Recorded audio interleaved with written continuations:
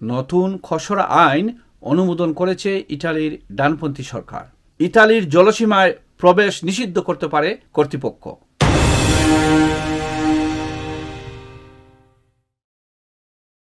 আসসালামু আলাইকুম, welcome back to another blog. নতুন খসড়া আইন অনুমোদন করেছে ইটালির ডানপন্থী সরকার, যা অভিবাসন নীতি আরও কঠোর হবে। এই আইনের মাধ্যমে ভূমধ্যসাগরে অভিবাসী জাহাজ আটকানো এবং নির্দিষ্ট শর্তে তাদের জলসীমায় প্রবেশ রোধ করার সুযোগ থাকবে। অনিয়মিত অভিবাসন মোকাবেলা ও অভিবাসন নীতি আরও কঠোর করার লক্ষ্যে দেশটির মন্ত্রিসভা ওই বিলে একটি সবুজ সংকেত দিয়েছে। এই প্রস্তাবের অধীনে জর্জিয়া মেলোনি সরকার, যাকে একটি ব্যতিক্রমী চাপ বলে উল্লেখ করেছে, সেই সব ক্ষেত্রে অভিবাসী জাহাজগুলোকে ইতালির আঞ্চলিক জলসীমায় প্রবেশে বাধা দেওয়া যেতে পারে।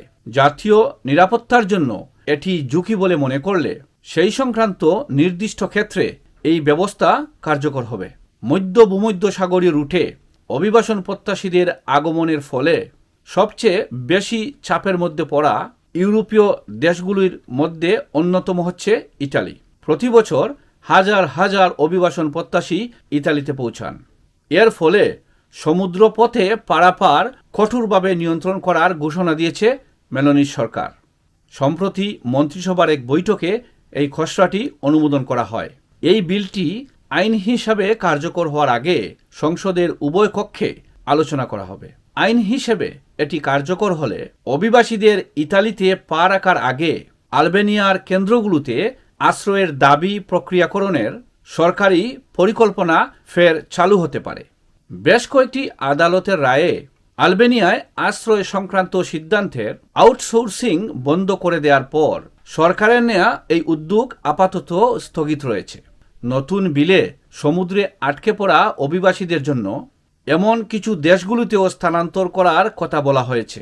অভিবাসী আটক বা ফেরত দেওয়ার বিষয়ে রোমের সঙ্গে যাদের চুক্তি রয়েছে, যদি তাদের ইতালির জলসীমায় প্রবেশে বাধা দেওয়া হয় তাহলে স্থানান্তরের বিষয়টি ভাবা হবে।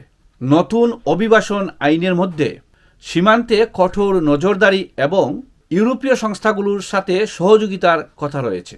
অভিবাসন ও আশ্রয় সংক্রান্ত নতুন ইইউ চুক্তি অনুমোদনের একদিন পরই এই খসড়া আইন পাশ হয়েছে।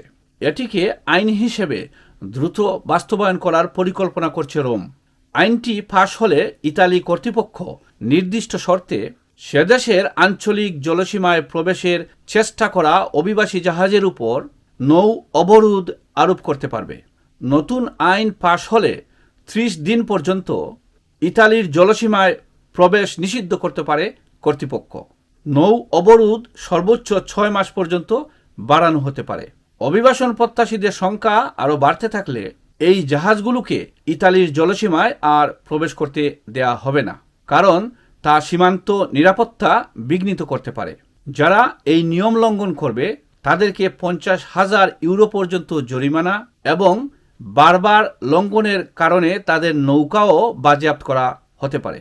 তথ্যটি শেয়ার করেছি, তথ্যটি শেয়ার করে অন্যকে জানার সুযোগ করে দেবেন। ধন্যবাদ।